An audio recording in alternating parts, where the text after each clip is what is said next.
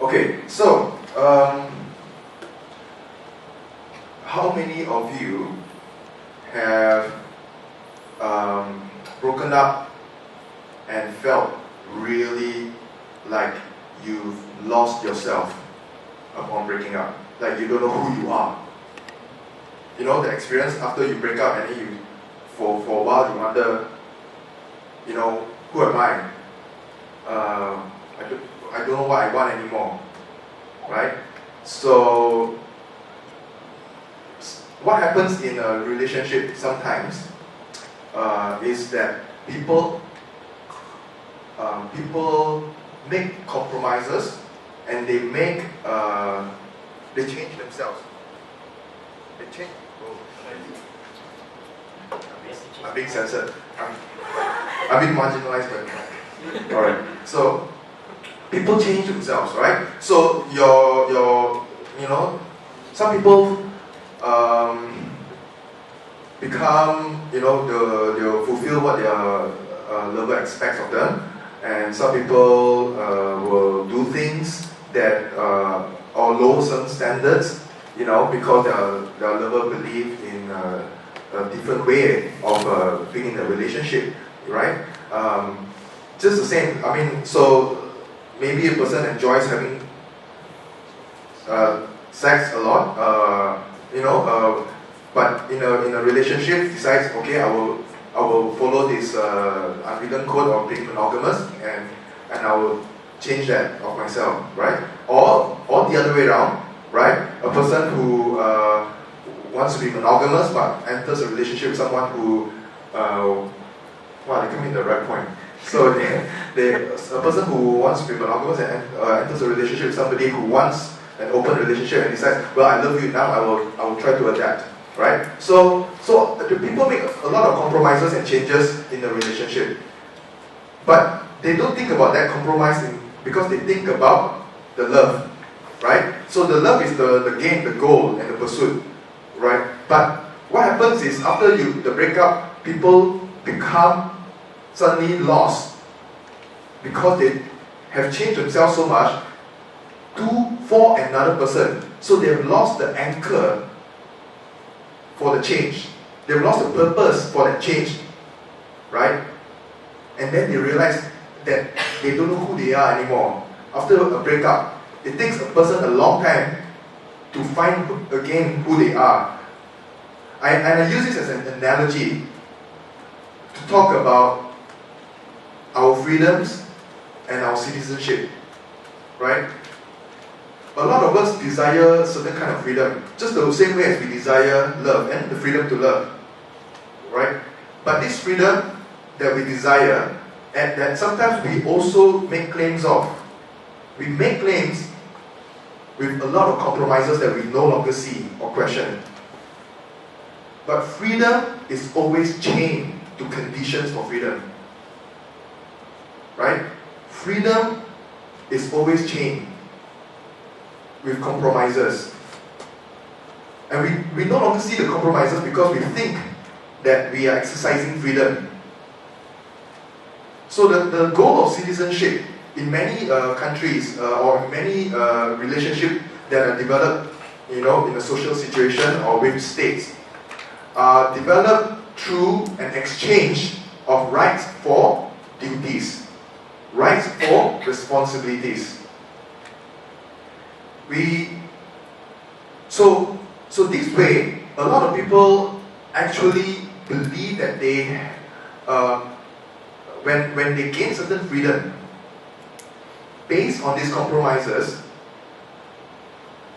they also end up defending the compromises, right? The same way, for example, when our parents in the past rebelled against arranged marriage, for example, right? For the right to choose your partner. So they want that. But the right to choose the partner is still based on the certain limitations of what it means to have a partner and what you do with that partner. Getting married, having children, sending your children to school, making sure your children get married.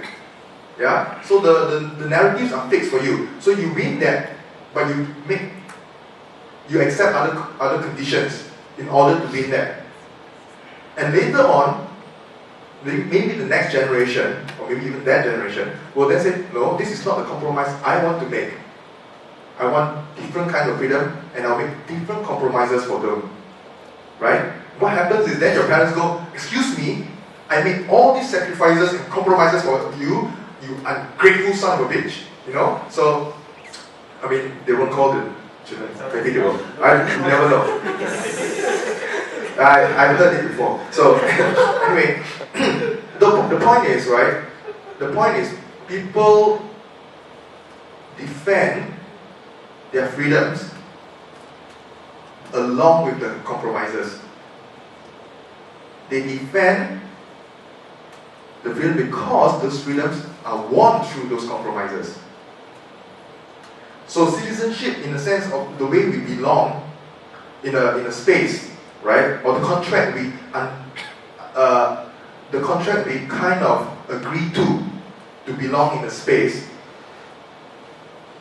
comes with those conditions, and we accept them. So this is why in Malaysia, for example, there are gay people who would oppose gay rights, for example. Right? They would oppose gay rights because for some of them, they already obtained the script to being free and unnoticed as long as they perform the citizenship that is required of them.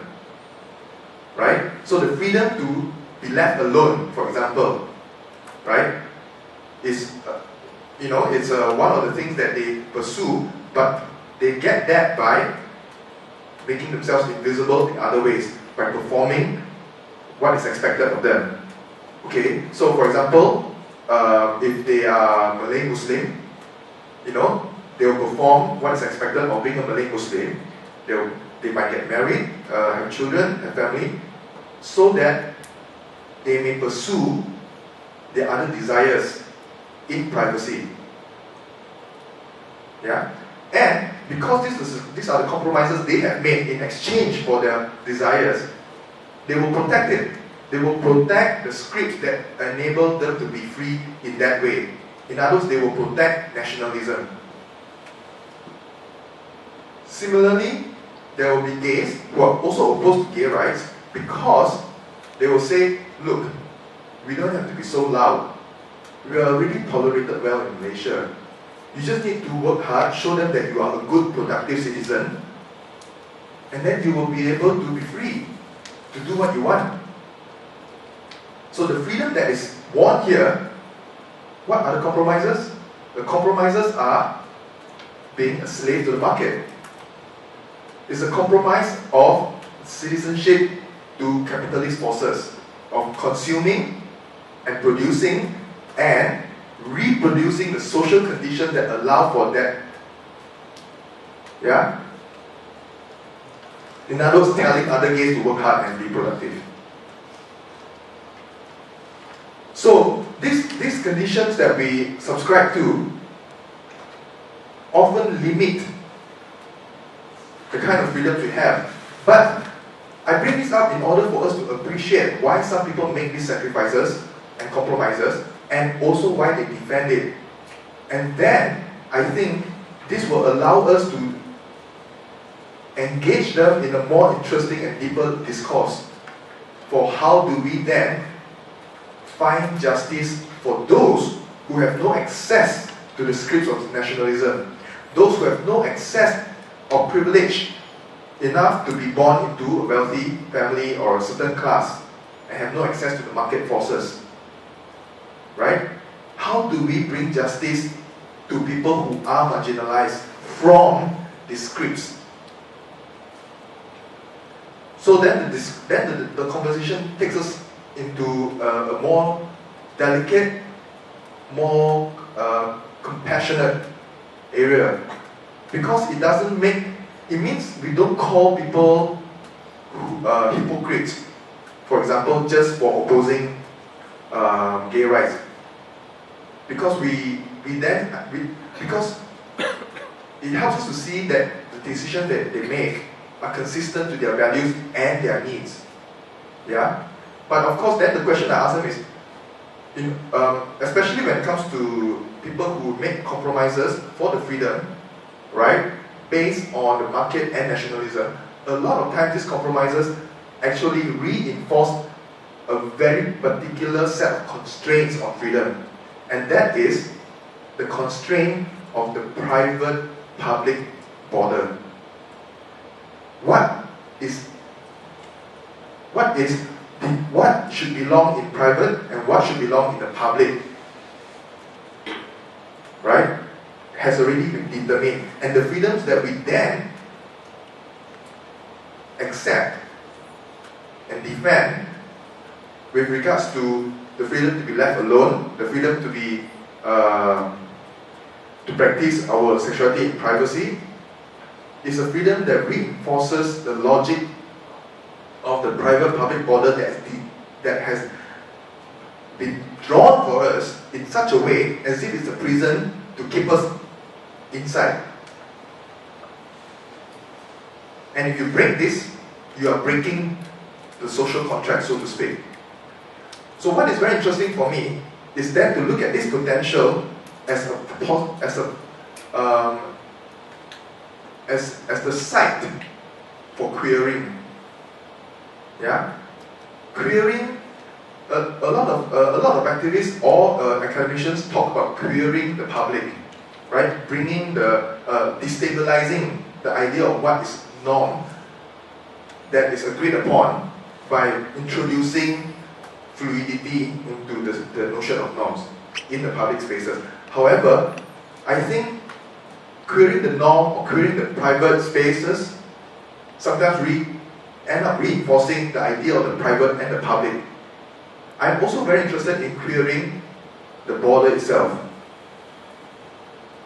How do we engage with each other to decide where these borders are, or erase these borders, and ensure that everywhere that we go, we can create a society that cares for each other and allow us to care for each other, to be compassionate to each other, to bring justice to each other, so that we are not always left to finding our care from our partner alone, which is what society has left us with, right? To pursue our rights and our freedom in smaller and smaller spheres called privacy, until to such a point that if anything should happen to us in that private sphere, we are left with nothing. So that when we're broken up, or when our partner passes away,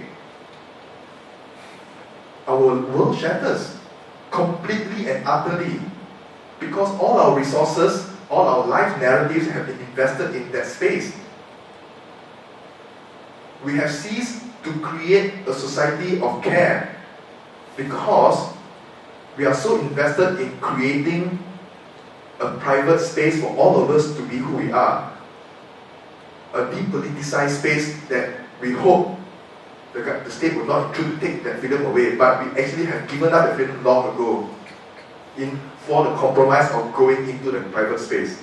And the private space is a logic and a language of industry and capitalism, which is why we talk about our families and our relationship with the language of property. My family, I get to do what I want. My children, I get to decide for them their religion. Right? This is why we talk about each other and our relationship in the language of property. So I think there's a lot of room for querying.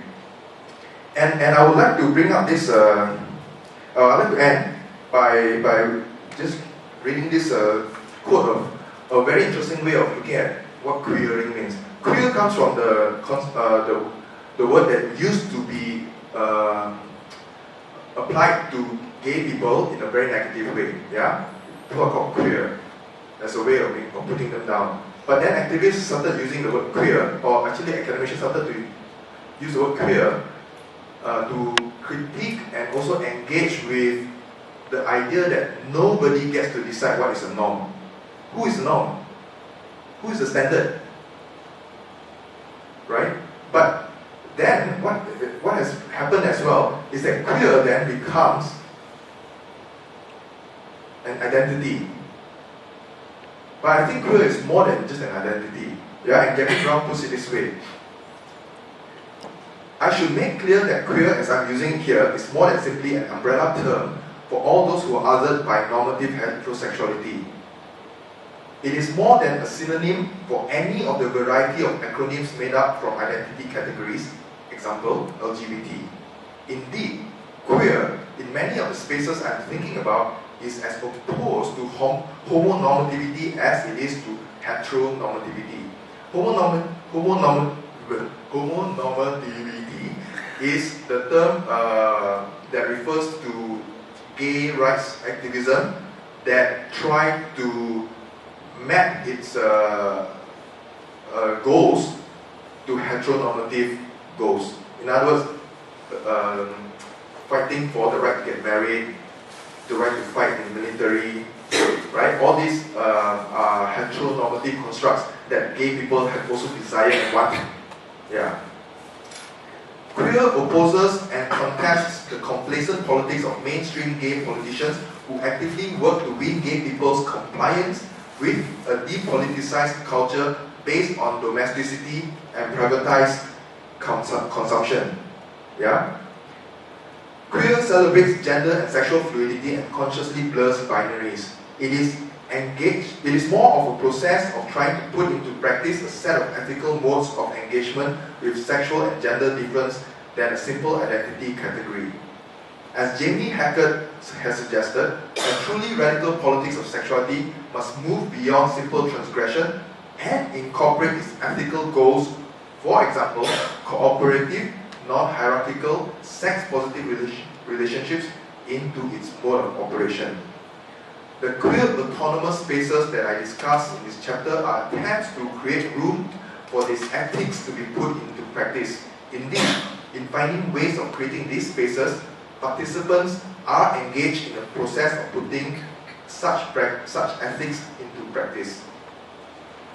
So queer, in a sense, is also about introducing a set of ethics in which relationships are equal, and not just between partners, but between members of society.